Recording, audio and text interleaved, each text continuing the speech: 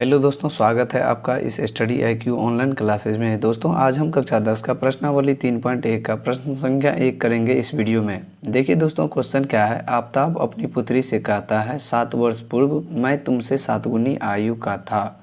अब से 3 वर्ष बाद मैं तुमसे केवल 3 गुनी आयु का रह जाऊंगा। बोल रहा है इस स्थिति को बीजीय गणितीय या ग्राफीय विधि हल कीजिए। मतलब दोनों विधि से आपको जो आसान लगता है उस विधि का प्रयोग करके हल कीजिए। तो हम यहाँ पर ग्राफीय विधि हल करेंगे इस समीकरण को। ठीक, आप पूरे वीडियो को फुल वॉच कीजिए। पहले हम इसमें ग्राफ का जो कुछ कंडीशन है उसको हम देख लेते हैं, उसके बाद इस प्रश्न को हल करते हैं। तो दोस्तों, यहाँ पर ग्राफ का कुछ नियम है वो आपको देखना है। देखिए, जब एक रेखा दूसरी रेखा को प्रतिच्छेद करता है तो उसको हम प्रतिच्छेदी रेखा कहते हैं। क्या कहते हैं? प्रतिच्छेदी रेखा। अगर दो रेखा अगर इस तरह का ग्राफ रहे, दोनों समीकरण का, एक समीकरण का ग्राफ ये और एक समीकरण का ग्राफ ये, तो इसको हम क्या कहेंगे? समांतर कहेंगे। फिर अगर देखिए एक समीकरण का एक रेखा हुआ, उसी पे दूसरा समीकरण भी आ जाए तो उसको हम संपाती कहते हैं। ठीक, अब हम प्रश्न को हल करते हैं। तो दोस्तों, यहाँ पर हम इस प्रश्न को अब हल कर रहे हैं। आप पूरे ध्यान से देखिए, पूरा वीडियो को वॉच कीजिए, पूरा समझ में आएगा। देखिए यहाँ पर कह रहा है, आफ्ताब अपनी पुत्री से कहता है, 7 वर्ष पूर्व मैं तुमसे 7 गुनी आयु का था। देखिए मेन यहाँ से शुरू होता है और यहाँ आके क्या होता है फ्रेंड्स? ख़त्म होता है पहला समीकरण। देखिए पूर्व का बात किया जाए, पहले का बात किया जाए तो माइनस होगा और बाद का बात किया जाए तो प्लस होगा, याद रखिएगा आयु में। तो यहाँ पर पहले तो हमको यहाँ पर आफ्ताब और उसके पुत्री के संबंध में है, तो हम यहाँ पर मान लेंगे, माना कि आफ्ताब की वर्तमान आयु हम इसको मान लेंगे फ्रेंड्स x वर्ष। अभी हमको नहीं पता है आफ्ताब की आयु कितनी है और उसके पुत्री की कितनी है, तो हम इसको क्या मान लिए हैं? x वर्ष मान लिए हैं। और उसके पुत्री को मानेंगे आफ्ताब के पुत्री का वर्तमान आयु y वर्ष मान लिए। अब देखिए यहाँ पर अब हम इसको समीकरण के रूप में बनाएंगे। तो यहाँ पर देखिए फ्रेंड्स, बोल रहा है 7 वर्ष पूर्व, मतलब अगर मान लीजिए 7 वर्ष पहले का बात किया जाए तो ये आफ्ताब की आयु हुआ और ये क्या हुआ? उसके पुत्री की। तो पूर्व का बात किया जा रहा है 7 वर्ष पूर्व, तो दोनों में से 7 क्या होगा? माइनस होगा, याद रखिएगा। फिर बोल रहा है 7 वर्ष पूर्व मैं तुमसे 7 गुनी आयु का था। आफ्ताब कहता है अपने पुत्री से, जो मतलब तुम्हारा जितना आयु है उसका 7 गुना भी अगर कर दो तो उतना आयु के बराबर मेरा आयु अभी है। तो देखिए फ्रेंड्स, यहाँ से पहला समीकरण आपका बन जाएगा। लिखेंगे x - 7 बराबर 7 को y से गुना करने पर 7 हुआ है, 7 को 7 से गुना करेंगे 7 7 49 हो जाएगा। अब देखिए ये सब माइनस में है, सबको इधर ले आएंगे, प्लस जो प्लस में है वो माइनस में आएगा। x - 7 हुआ है, माइनस में 7 है, और देखिए वो 49 माइनस में है, इस साइड आएगा तो प्लस में 49 बराबर में 0। अब देखिए फ्रेंड्स, यहाँ पर अगर हम बात करें तो x - 7 हुआ है, अगर 49 में से 7 घटाएंगे तो 42 हो जाएगा, अब बराबर 0। इस समीकरण को क्या मान लेंगे? हम फर्स्ट मान लेंगे। ठीक, अब देखिए फिर से फ्रेंड्स, यहाँ पर देखिए दूसरा समीकरण बनेगा। यहाँ से बोल रहा है, अब से 3 वर्ष बाद मैं तुमसे केवल 3 गुनी आयु का रह जाऊंगा। देखिए अब 3 वर्ष बाद का बात किया जा रहा है, तो हम आपको बोले हैं अगर बाद का बात किया जाएगा तो हम उसमें क्या करेंगे? प्लस करेंगे। तो अभी मान लीजिए इसका x है और इसका उसके पुत्री का y है, तो 3 वर्ष बाद कह रहा है तो तीनों की आयु में 3 जुटेगा, याद रखिएगा। लेकिन कितने आयु का बोल रहा है? वो अपने पुत्री से बोल रहा है, अब से 3 वर्ष बाद मैं तुमसे केवल 3 गुनी आयु का रह जाऊंगा। आफ्ताब कहता है वो अपने पुत्री को, जो मतलब अभी तुम्हारा जितना आयु है उससे अगर 3 गुना भी कर दो तो उतना आयु के बराबर मेरा आयु होगा। तो अब देखिए फ्रेंड्स, यहाँ पर x + 3 बराबर 3 को y से गुना करेंगे तो 3y, और 3 को 3 से गुना करेंगे तो 9 होगा। अब देखिए इधर प्लस में है, सबको इधर ले आएंगे, माइनस में आ जाएगा। x + 3 माइनस में 9y -9 बराबर 0। अब देखिए यहाँ होगा x माइनस 9y बराबर में, यहाँ पर देखिए 9 में से 3 जाएगा तो 6 होगा बराबर 0। समीकरण क्या मान लेंगे फ्रेंड्स, सेकेंड मान लेंगे। अब हम इसको ग्राफीय विधि से हल करते हैं। यहाँ पर फ्रेंड्स 3y है तो यहाँ पर 3y होगा, मिस्टेक हो गया एक। तो अब देखिए इसको हम ग्राफीय विधि से हल करते हैं। पूरे वीडियो को वॉच कीजिए, पूरा समझ में आएगा। अब देखिए दोस्तों यहाँ पर समीकरण फर्स्ट है ये, तो हम यहाँ पर लिखेंगे समीकरण फर्स्ट से पहले हम समीकरण फर्स्ट को लेके चलते हैं, उसके बाद दूसरा समीकरण से चलेंगे। x माइनस 7y प्लस 42 बराबर 0। तो अब देखिए अगर 7y का बात करेंगे, इस साइड माइनस में है बराबर के उस साइड जाएगा तो प्लस में लिखेंगे 7y। आइए 42 प्लस में है बराबर के उस साइड जाएगा तो माइनस में, ठीक। तो अब देखिए फ्रेंड्स यहाँ पर एक आपका मान सारणी बन के आ जाता है। अगर हम बात करें यहाँ पर जो भी मान रखेंगे y का तो x का निकलते जाएगा। तो देखिए यहाँ पर हम लिखेंगे y का मान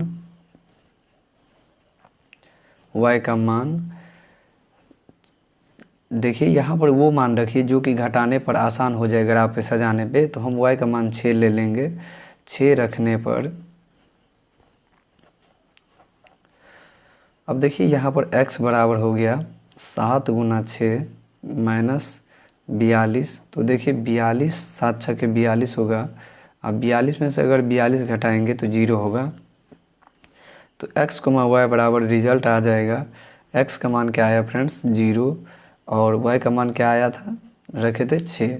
तो अब उसके बाद देखिए फिर x का मान हम y का मान चेंज करेंगे। इस बार हम 6 रखे थे, अब हम 7 रखेंगे। लिखेंगे y का मान 7 रखने पर जब हम इसमें 7 रखेंगे x बराबर 7 गुना 7 मतलब y के स्थान पे 7 माइनस 42। 7 सत्ते क्या होगा 49 माइनस 42 घटाएंगे तो क्या होगा 7, ठीक। तो यहाँ लिखेंगे x, y बराबर x का मान 7 है, y का मान क्या होगा 7, ठीक। तो अब देखिए इसका कम से कम आप 2 मान निकालिए एक समीकरण का। अधिक से अधिक आप जितना निकाल सकते हैं, लेकिन 2 ही लिमिट रहता है, कम से कम निकालिए। अब देखिए फिर उसके बाद दूसरा समीकरण क्या है फ्रेंड्स, लिखेंगे समीकरण सेकंड से। अब देखिए समीकरण सेकंड क्या है, x माइनस 3y माइनस 6 बराबर 0। फिर x बराबर क्या होगा, ये माइनस में है बराबर के उस साइड जाएगा प्लस में, ये 6 है प्लस माइनस में उस साइड जाएगा प्लस में, ठीक। अब यहाँ पर y का मान रखिए, तो हम रखेंगे y का मान, चूँकि y का मान 0 रखने पर उसके बाद देखिए फ्रेंड्स x बराबर 3 गुना y के स्थान पे क्या रख देंगे 0, गुना का चिन्ह छुपा हुआ है बीच में, प्लस 0 को 3 से गुना करने पे 0 होगा, प्लस 6 बराबर 6 हो गया। फिर y का मान क्या रखेंगे, लिखेंगे चूँकि y का मान, यहाँ पर x, y का मान लिखिए पहले। x का मान क्या निकल गया 6, y का मान क्या रखे थे 0। फिर रखेंगे y का मान माइनस 3 रखने पर, माइनस 3 या कहीं रखिए आप, अगर रख सकते हैं तो 0 तो रख दिए हैं, अब माइनस 1 रख दीजिए। माइनस 1 रखने पर जितना छोटा वैल्यू आएगा उतना ग्राफ पे सजाने में आसान होगा।